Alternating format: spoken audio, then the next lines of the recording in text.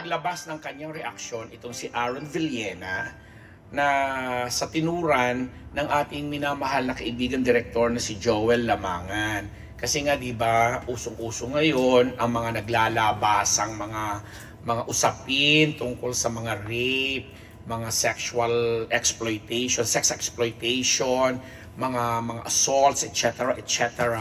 At isa nga si Direct Joel Lamangan sa very vocal sa parang pagsasabi lang naman o pagkumpirma na ang mga ganitong ganap, lalo yung mga pinakikinggan sa Senado ngayon, noon pa man ay nangyayari na uso niya or naririnig na niya siguro before kahit nung hindi pa siya director kasi nagsimula naman si Direct Joel Lamangan, sorry po, kaibigan Joel Torre. Nagsimula naman si Joel Lamangan sa sa teatro, hindi naman siya agad naging director, di ba? So, nasa production siya. So, siguro may mga naririnig na rin siyang kwento before. Until nga na siguro nung director na siya at sikat at kilala, award-winning, eto nga na we-witness pa rin niya mga ganitong bagay. Kaya nga nung sinabi niya na panahon pa ng kopong-kopong ay nagaganap na yan, kaya hindi na siya nagulat. Ganun lang naman yung naging statement ni Direct Joel Lamangan. But then again, syempre, hindi naman natin aalisin yung karapatan ng isang Aaron Villena, although hindi niya pinangalanan si Joel Lamangan.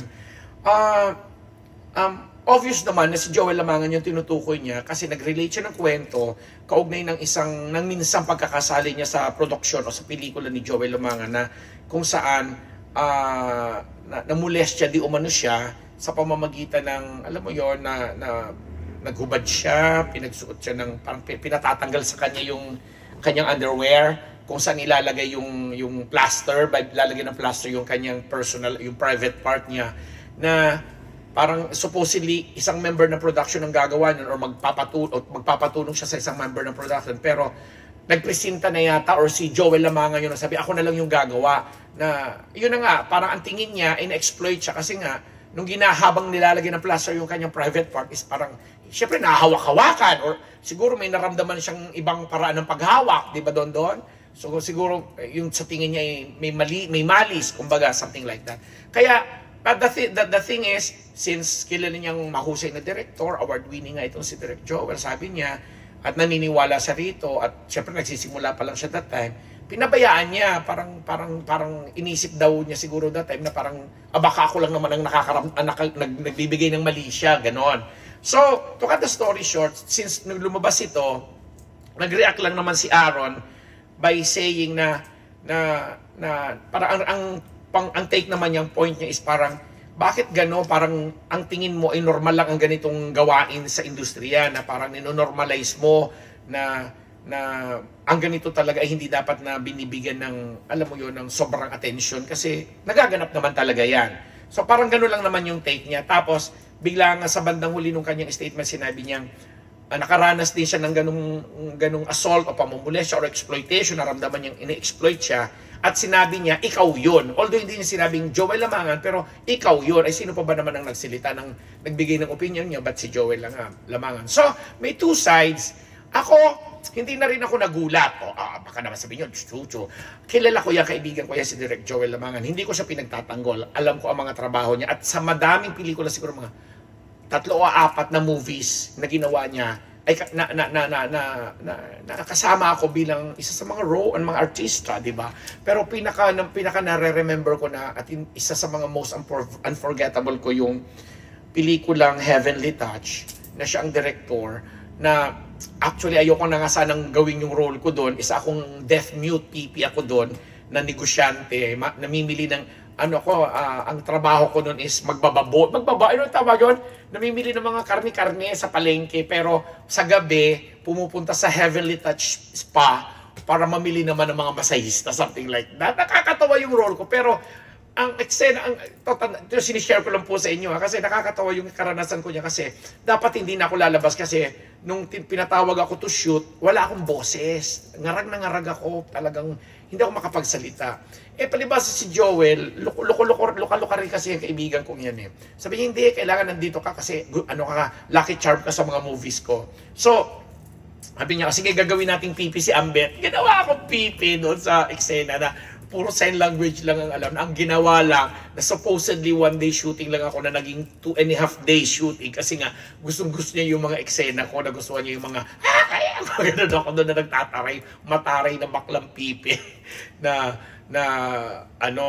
nangmumolestya ng mga masahista. Tapos talagang nang kinukunan yung camera nung anong tawag natin dito, nire-rehearse namin nung co-actor ko na isang model din. Talagang sabi niya, ganyan, dinadakma ko talaga yung private part niya. Although naka-brief naman siya, syempre. Kasi, gano'n naman talaga yung mga eksena. Pag pumupunta ka sa mga masahihan, ang gusto mo, yung mga kalalakihan, o kaya pag nasa gay bar ka, di ba? Kasi gay bar yun na may masahihan, yun ang eksena dun, ang mga eksena ko doon. So anyway, gano'n nga ako, natuwan-tuwa ako. Kaya rin hindi makalimutan kasi ito, hindi din ako sa nagmamalinis.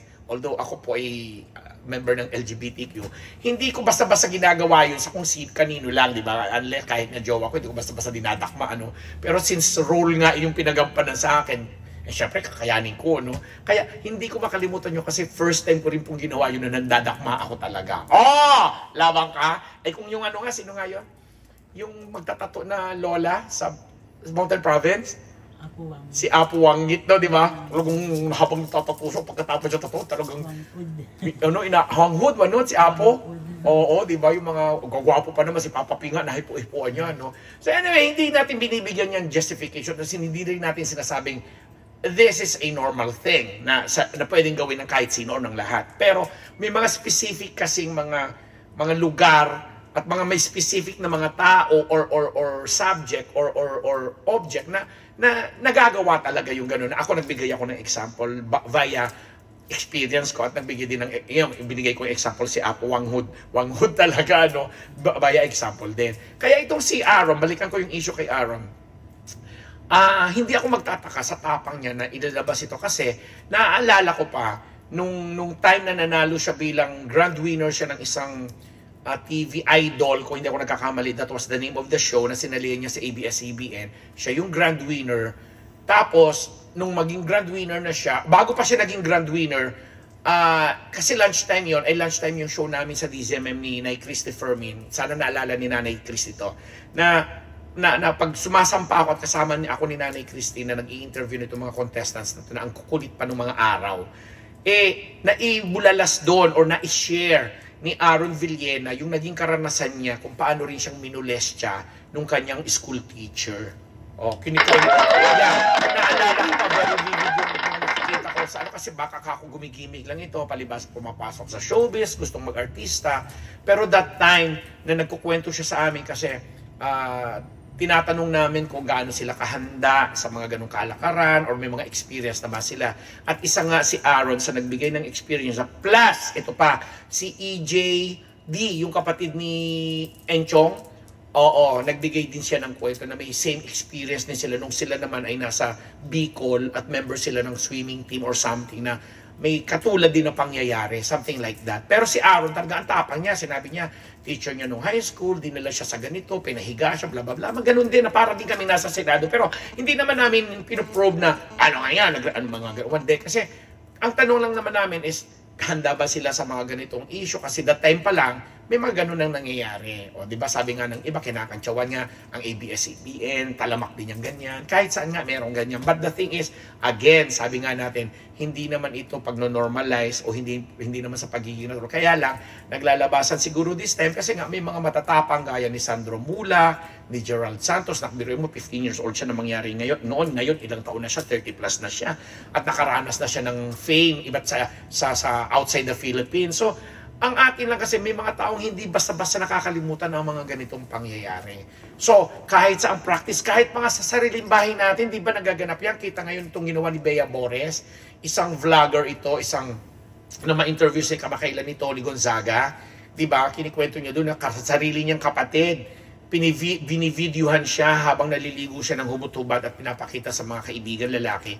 Hindi nga lang niya alam kung pinagkakakitaan ba ito or what. So, kahit sa sarili nating bahay, di ba? Pag tayo lumayo, may mga kaso tayo at may mga documented issue tayo or cases tayo tungkol sa mga incest, mga marital rape at kung ano-ano pa. So, hindi talaga ito bago in the sense ng ngayon lang nangyayari. Nagkakataon lang po. Kaya nga nakagawa ng mga batas ang ating mga mambabatas, kaya nga meron tayong mga sinusunod na mga regulasyon tungkol diyan kasi nga pinipilit nating ayusin ang moralidad ng ating sistema, ang moralidad ng ating pagkatao, pagka-Pilipino. So kinikwento ko lang din po ito sa inyo para, syempre, hindi natin alam ang nararanasan ng bawat isa sa atin. Ba't hindi ko sinasabi, gino-glorify ko yung, kung totoo man yung inaakusa ni Aaron, kasi nga, siya, nagbigay lang siya ng reaction, base doon sa tingin niya ay parang na-exploit siya nito ni Direk Joel Lamangan. Siyempre si Direk naman, may sarili din naman siyang anong tawag dito, may sarili din naman siyang rason kung bakit may mga ganong proseso na pinagdadaanan ang mga artista. Kasi ako nga, nagkukwento sa inyo, sa role na binigay, ako ba sinadyabang bigay yung, oy, mag-roll ka na dyan ng pipi at chuchuchuchu at namandakma ka dyan ng mga callboy. May mga, hindi naman ganon. Kasi nga, sa realidad, nagaganap po yan na yun na binibigyan nga lang natin ng pag-arte, nilalagay sa isang sining na dapat naiintindihan ng lahat. So ngayon, kung sa tingin ng lahat na sila'y biktima, naalipusta sila, in-exploit sila at everything, may tama na tayong proseso, may tama na tayong venue para dalhin niyo ang kung gusto niyo makakuha ng hustisya na inyong hinahanap. At least ngayon, binibigyan natin ng papuri at recognition ang tapang ni Sandro Mulak, ni Gerald Anderson, Gerald Santos, pasensya mga vloggers, mga ka-team Unbettable, na binibigyan nila ng boses na ngayon, yung mga naririnig na nating kwento before. O, di ba? And on that note, pansamantalang nagbababay, hindi ako nang e-exploit ha, nagkukwento lang ng tamang kwento. Ang inyong lingkod, Papa Unbettable Nabus, dito lamang sa channel.